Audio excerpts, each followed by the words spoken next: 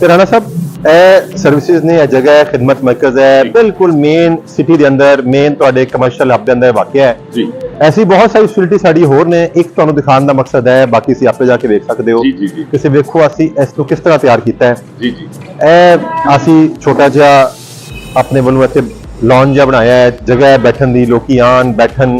ਤੁਸੀਂ ਵੇਖ ਰਹੇ ਹੋ ਕਿ ਲੋਕੀ ਬੈਠੇ ਨੇ ਸਾਹਮਣੇ, ਉਹ ਅਸੀਂ ਸਾਹਮਣੇ ਛੋਟੀ ਜਗ੍ਹਾ ਬਣਾਈ ਹੈ ਜਿੱਥੇ ਸਾਡਾ ਕੈਫੇਟੇਰੀਆ ਹੈ, ਸਾਡੇ ਲੋਕੀ ਬੈਠੇ ਨੇ, ਚਾਹ ਸ਼ਾਹ ਮਿਲ ਰਹੀ ਹੈ ਤੇ ਸਭ ਤੋਂ ਵੱਡੀ ਗੱਲ ਹੈ ਸਸਤੀ ਚਾਹ ਮਿਲ ਰਹੀ ਹੈ। मैं हैरान हाँ सर कि पुलिस का इदारा ही नहीं लग रहा है। ऐसे मतलब कि कोई बहुत रिच बिल्डिंग लग रही है, कोई ऐसा मामला लग रहा है। ये देखो ना सर, इतना कदों पुलिस स्टेशन से इस तरह होंगे, मतलब इस तरह होंगे ही नहीं है कि इस तरह कैफेटेरियाज बने होंगे ने।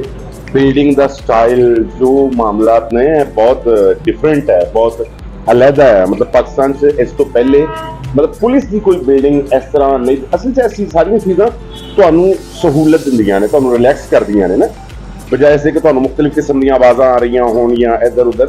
ਦੇਖੋ ਜੀ, ਉਹੀ ਕੰਮ ਜਿਹੜਾ ਤੁਸੀਂ ਕਿਸੇ ਮਾਹੌਲ ਅੱਛੇ ਚ ਕਰਦੇ ਹੋ ਜੀ, ਉਹਦੇ ਨਾਲ ਅਸੀਂ ਲੋਕਾਂ ਨੂੰ ਕੰਫਰਟ ਲੈਵਲ ਦਿੰਦੇ ਹੋ। ਕੰਮ ਸ਼ਾਇਦ ਉਹੀ ਹੁੰਦਾ ਹੈ, ਲੇਕਿਨ ਤਰੀਕਾ ਕਾਰ ਜਿਹੜਾ ਹੈ ਉਹ ਥੋੜਾ ਜਿਹਾ ਉਹਨੂੰ ਬਿਹਤਰ ਬਣਾਉਂਦਾ ਹੈ। ਆਓ ਤੁਹਾਨੂੰ ਅੰਦਰ ਥੋੜਾ ਚੱਕਰ ਲਵਾਈਏ, ਤੁਹਾਨੂੰ ਥੋੜਾ ਵਿਖਾਈਏ। ਇਹ ਦੇਖੋ ਜੀ, ਇੱਕ ਚੀਜ਼ ਹੈ ਕਿ ਤੁਹਾਨੂੰ ਸਟਾਰਟ ਹੀ ਦੱਸਾਂ ਕਿ ਇੱਥੇ ਅਸੀਂ ਲੋਕਾਂ ਵਾਸਤੇ ਇਹ ਚੀਜ਼ ਲਾਈ ਹੈ, ਆਪਣੇ ਆਪ ਨੂੰ ਓਪਨ ਅਪ ਕੀਤਾ ਹੈ ਕਿ ਇੱਥੋਂ ਕੋਈ ਬੰਦਾ ਵੀ ਬਾਰਕੋਡ ਸਕੈਨ ਕਰਕੇ ਆਪਣੇ ਮੋਬਾਈਲ ਨਾਲ ਸਾਡੇ ਬਾਰੇ ਫੀਡਬੈਕ ਦੇ ਸਕਦਾ ਹੈ, ਚੰਗਾ ਜਾਂ ਬੁਰਾ, ਉਹ ਸਾਡੇ ਉੱਤੇ ਰਿਫਲੈਕਟ ਹੋਏਗਾ। ਤੇ ਅਸੀਂ ਲੋਕਾਂ ਨੂੰ ਇੱਕ ਸਰਵਿਸ ਦੇਣ ਤੋਂ ਬਾਅਦ ਦੁਬਾਰਾ ਆਪਣੇ ਆਪ ਨੂੰ ਓਪਨ ਕਰ ਰਹੇ ਹਾਂ ਕਿ ਆਓ ਤੁਸੀਂ ਸਾਡੇ ਬਾਰੇ ਫੀਡਬੈਕ ਹੀ ਦਿਓ। लग रहा है सर, मतलब कि वेटिंग एरिया लग रहा है। आओ सादा बैठे से। सब तो अच्छी गल जी है वो मैंने यही लगी है कि देखो फैमिलीज की तरह सब लोग बैठे हैं, कोई डर नहीं है। खवातीन बैठिया ने, साडे मर्द हजरात बैठे ने, तो सब लोग टोकन लैके अपनी बारी का इंतजार कर रहे हैं। जो भी उन्होंने मसला है वो काउंटर पे जाएंगे तो उन्होंने हल हो जाएगा।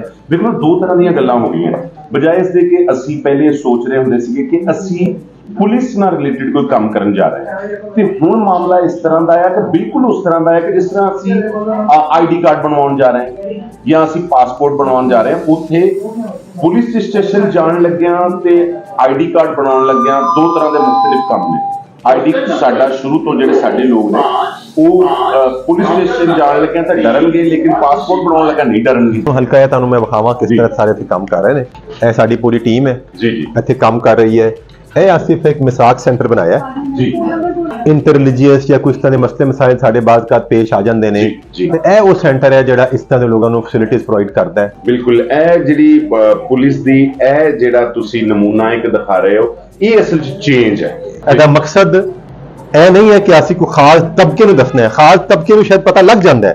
ਅਸੀਂ ਪਿੰਡਾਂ ਥਾਵਾਂ ਵਿੱਚ, ਅਸੀਂ ਆਪਣੇ ਉਹਨਾਂ ਲੋਕਾਂ 'ਚ ਜਿਨ੍ਹਾਂ ਨੂੰ ਆਮ ਤੌਰ ਤੇ ਜਦ ਤੱਕ ਕੋਈ ਕੰਮ ਨਾ ਪਏ ਤੇ ਇਹਨਾਂ ਚੀਜ਼ਾਂ ਦੇ ਬਾਰੇ 'ਚ ਕੋਈ ਪਤਾ ਨਹੀਂ ਹੁੰਦਾ, ਅਸੀਂ ਜਿਹੜਾ ਇਹ ਚਾਹੁੰਦੇ ਹਾਂ ਕਿ ਅਸੀਂ ਪਿੰਡਾਂ ਥਾਵਾਂ 'ਚ ਅਸੀਂ ਉਹਨਾਂ ਲੋਕਾਂ ਨੂੰ ਇਹ ਗੱਲ ਦੱਸੀਏ, ਸੁਣਾਈਏ। ਤੁਸੀਂ ਆਪਣੇ ਫੈਨਸ ਨੂੰ ਆਪਣੇ ਪ੍ਰੋਗਰਾਮਾਂ 'ਚ ਸਾਨੂੰ ਜ਼ਰੂਰ ਜੇ ਕੋਈ ਚੀਜ਼ अच्छी है साडा मैसेज पहुंचाओ। मेरा ख्याल है हुण तुसीं फिर कोई चीज़ खाओ पियो।